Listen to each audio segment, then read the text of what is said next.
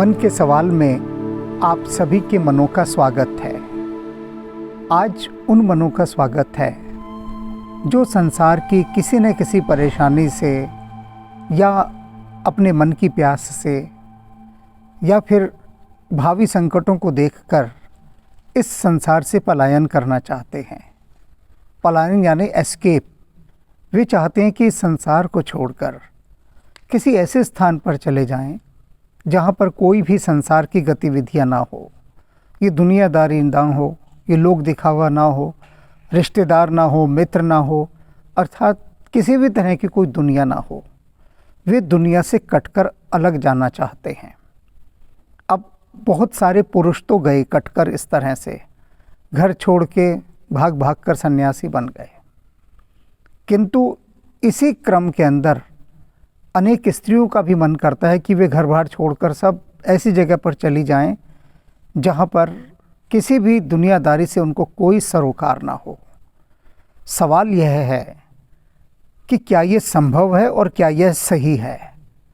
तो सबसे पहले इसी ही क्रम में एक महिला का प्रश्न आया है और यह उन सभी महिलाओं के प्रश्नों का प्रतिनिधित्व करता है जिनके मन में ऐसी भावना है।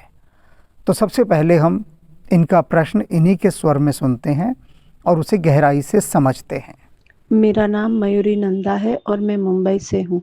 मेरा सवाल ये है कि अगर कोई फीमेल हिमालय जाकर एज ए सन्यासी का जीवन जीना चाहे तो वो क्या कर सकती है, कहाँ जा सकती है, वो भी बिना पैसों के। तुम्हारा पूछना है कि क्या एक अकेली स्त्री हिमालय में जाकर तपस्या कर सकती है और वो भी बिना पैसे के, उसको धन की कोई आवश्यकता ना रहे।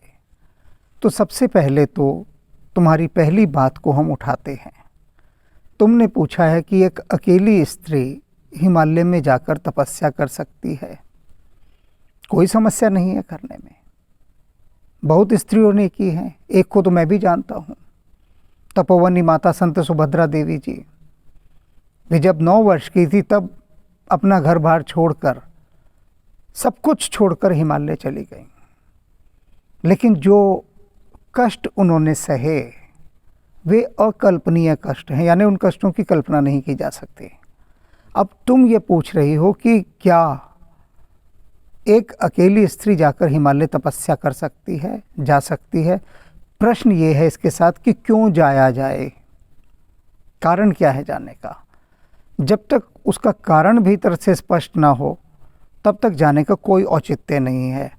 2 स्थितियां होती है, एक तो तुम हिमालय चले जाओ और दूसरी स्थिति ये कि हिमालय को तुम अपने स्थान पर ले आओ जहां पर तुम हो। तो जो सबसे सौंदर्य संपन्न स्थिति होती है वह यही है कि हिमालय तुम्हारे स्थान पर आ जाए, और उस स्थान पर लाने के लिए जो साधना और तपस्या करनी पड़ती है वो हिमालय जाने से अधिक कठोर है। अब तुम हिमालय मानकर चलो अकेली चली भी गई, अब वहाँ करोगी क्या जाकर, सोचो क्या करोगी। तुमने दूसरी बात कही है कि कोई धन की भी आवश्यकता ना हो, बिना पैसों के। अब बिना पैसों के इस संसार में कुछ भी नहीं चलता, कुछ भी नहीं। हर चीज़ के लिए यहाँ पर धन चाहिए, हर चीज़ के लिए, क्योंकि ये जो संसार है ना, ये भगवान विष्णु की अर्धांगिनी श्री लक्ष्मी जी से परिचालित है। कोई भी आश्रम, कोई भी यात्रा किसी भी प्रकार के बिना धन के नहीं हो सकती। तुम सोचो कि तुमने कहा मैं बिना धन के वहाँ रहूं, क्या यह संभव है। धन के बिना जीवन की यात्रा एकदम ठहर जाती है।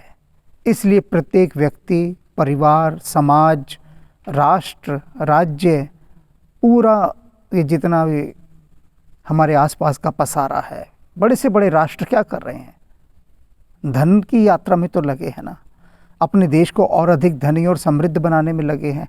अब ये जो धन है, इस धन को तुम समझ लो। धन 2 तरह का होता है, एक भीतर का धन और एक बाहर का धन। सबसे पहले तुम भीतर के धन की संपदा को अर्जित करो। हिमालय भी तुम क्यों जाना चाहती हो मुझे नहीं पता, क्योंकि तुमने कारण नहीं बताया।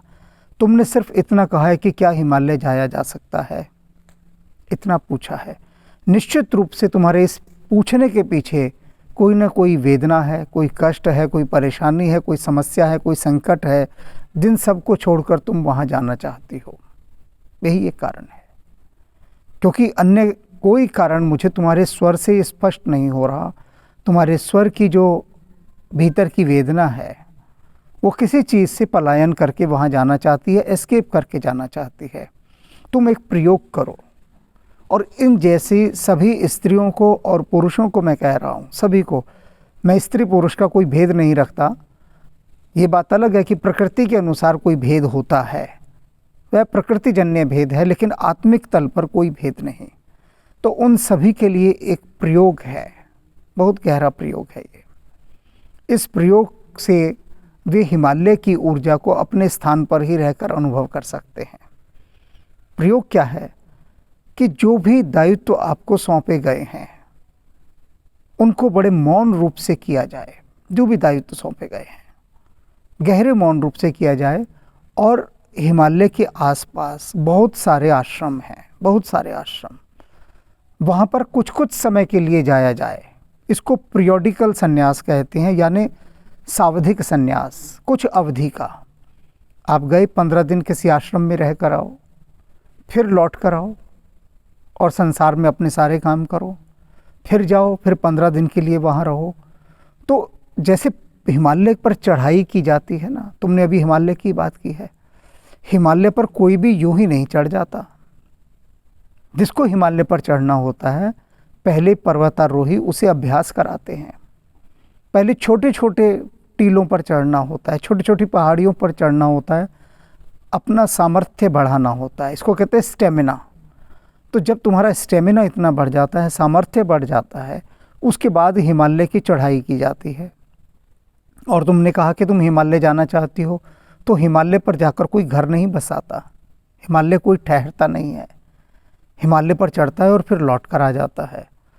अब प्रश्न ये है कि उस पर्वत हिमालय पर जाकर चढ़ने की क्या आवश्यकता है, जबकि हमारे भीतर ही एक हिमालय है, उससे भी ऊंचा हिमालय, सर्वोच्च हिमालय, ऐसा हिमालय कि जहाँ पहुँचना बहुत दुश्वार है।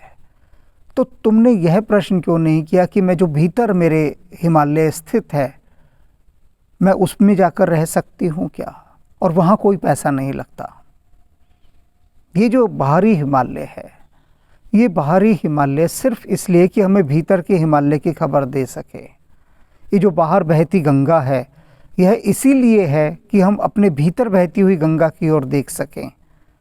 ये जो दीपक प्रज्वलित हो रहा है सामने, ये जो दिए की लौ है, ये दिए की लौ क्या कहती है कि तुम्हारे भीतर भी ठीक ऐसा ही एक दिया है, जिसे ना तेल चाहिए, ना बाती चाहिए, कुछ नहीं चाहिए, ना अग्नि चाहिए, लेकिन उन सब के बाद भी वह स्वप्रकाशित होकर जलेगा। तुम उस दिए को, उस दीपक को प्रज्वलित करने का प्रयास करो। हम बाहर की दौड़ पर पहुंच जाते हैं, भीतर की दौड़ की खबर ही नहीं रखते। तुम्हारे लिए, क्योंकि तुमने ये प्रश्न पूछा और मुझसे मार्गदर्शन मांगा है, तो यही तुम्हारे लिए मार्गदर्शक है कि अभी उस हिमालय में अकेले जाकर रहने की बात को भूल जाओ। और गंगा के किनारे बहुत आश्रम हैं, वहाँ जाकर पहले 3 दिन रहो, 7 दिन रहो, फिर लौट कर आ जाओ अपने स्थान पर, फिर 15 दिन रहो, फिर 1 महीना रहो, फिर लौट कर आ जाओ, और फिर चाहो तो 1-1 महीना रहो। वास्तव में वो 1 महीना रहना, 7 दिन रहना, 3 दिन रहना, वो तुम्हारा एक प्रशिक्षण है, एक अभ्यास है कि उस अभ्यास में तुम अपने भीतर को साधोगी और भीतर के हिमालय की तुम्हें कुछ खबर मिलेगी। अभी तो मैंने बताया है, क्योंकि मैंने वो भीतर का हिमालय देखा है और चढ़ा भी है। तो वह है, इस बात की खबर देने के लिए, समझाने के लिए मैंने तुम्हें कहा है कि तुम उसकी खोज पर निकलो। और वो कब होती है? जब तुम गुरुओं का आशीर्वाद प्राप्त करोगी। हिमालय के, अभी जहाँ मैं बैठा हूँ, ये भी हिमालय का एक आश्रम है, औरोवेली आश्रम, रायवाला हरिद्वार में। तो यहाँ हिमालय के ही महायोगी पूज्य स्वामी ब्रह्मदेव जी विराजमान होते हैं। तुम यहाँ आओ, उनके दर्शन करो और तुम पाओगे कि जो तुम हिमालय में पाना चाहती थी, सारा हिमालय ही सिमट कर यहाँ आ गया है। अपने को संसार से दूर करने का प्रयास मत करो, क्योंकि कबीर साहब कहते थे ना, कबीरा खड़ा संसार में। कबीर साहब कहते मैं संसार के बीच में रहकर, संसार की भीड़ में रहकर, संसार के शोर शराबे में रहकर बिल्कुल शांत रहता हूँ, स्थिर रहता हूँ और ध्यान मग्न रहता हूँ। मूल बात तो ध्यान की है। हिमालय भी तुम जाकर ध्यान करना चाहती हो, और ये धन वाली जो तुमने बात कही, क्या बिना पैसे के? क्यों भाई, तुम क्यों नहीं इतना पुरुषार्थ करती, मेहनत करती कि खूब धन कमाओ, खूब धन कमाओ, इतना धन कमाओ कि जहाँ जाओ उस स्थान को भी कुछ पहले से अधिक सुंदर बना कर आओ। अब तुम बिना धन के जहाँ भी जाओगी तो उनकी दया पर ही तो पलोगी ना। एक तरह से कहा जाए तो एक भिखारिन बनकर ही रहोगी ना, भिक्षुक बनकर ही रहोगी ना, किसी पर आश्रित ही रहोगी ना। खाने के लिए कुछ तो चाहिए, तो किस पर निर्भर रहोगी? सांसारिक व्यक्तियों पर। जो घर गृहस्थी वाले हैं वही आएंगे हिमालय में, तुमको कुछ दूध दे जाएगा, कोई आटा चावल दे जाएगा, खाना दे जाएगा, यही सब होगा ना। तो तुम्हें निर्भर रहना पड़ेगा ना वहाँ भी। तो क्यों निर्भर होती हो? खूब धन कमाओ और फिर महीने महीने भर के लिए हिमालय के किसी आश्रम में जाकर रहो, ध्यान करो, डूबो, फिर लौट कर आ जाओ।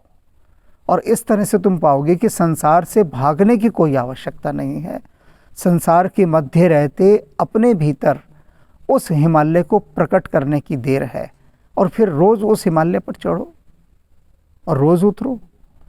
तो रोज़ ये चढ़ाई उतराई करोगी तो तुम्हारा जीवन रूपांतरित हो जाएगा, जीवन सफल हो जाएगा। फिर ये जो भीतर की व्याकुलता है, ये घर को छोड़कर जाने वाली, ये सब शांत हो जाएगी, सब शांत हो जाएगी। अब तुम्हें ये देखना है कि तुमने जो मुझसे मार्गदर्शन मांगा उस पर कितना चल सकती हो। नहीं भी चल सकती तो चलने का एक बार प्रयास करो। अगर हम किसी चिकित्सक के पास जाते हैं, चिकित्सक औषधि देता है तो हम उसका कुछ दिन तो सेवन करते हैं ना। तो तुम इस मार्ग पर कुछ दिन चलो, धन कमाओ और उसके बाद कहीं आश्रम में जाकर 8 दिन, 10 दिन, 15 दिन, 3 दिन रहो, डूबो वहाँ जाकर। और मैंने तुम्हें ये एक स्थान बता ही दिया है। अपने भीतर सदा संसार के प्रति एक सद्भाव रखो, लक्ष्मी जी के प्रति सम्मान का भाव रखो। क्योंकि यदि संसार से भागोगे तो संसार तुम्हारे पीछे भागेगा, दौड़ेगा। संसार के मध्य रहोगे, संसार तुम्हें छुएगा भी नहीं। लेकिन मध्य ऐसे ही रहना है जैसे कमल कीचड़ में रहता है, कीचड़ उसे छूता नहीं, उसे कीचड़ के मध्य से निकलता है, सुगंधित और सुवासित रहता है। चारों तरफ दुर्गंध होती है लेकिन सुगंधित रहता है कमल। तो स्वयं को कमलवत बनाओ। राम राम।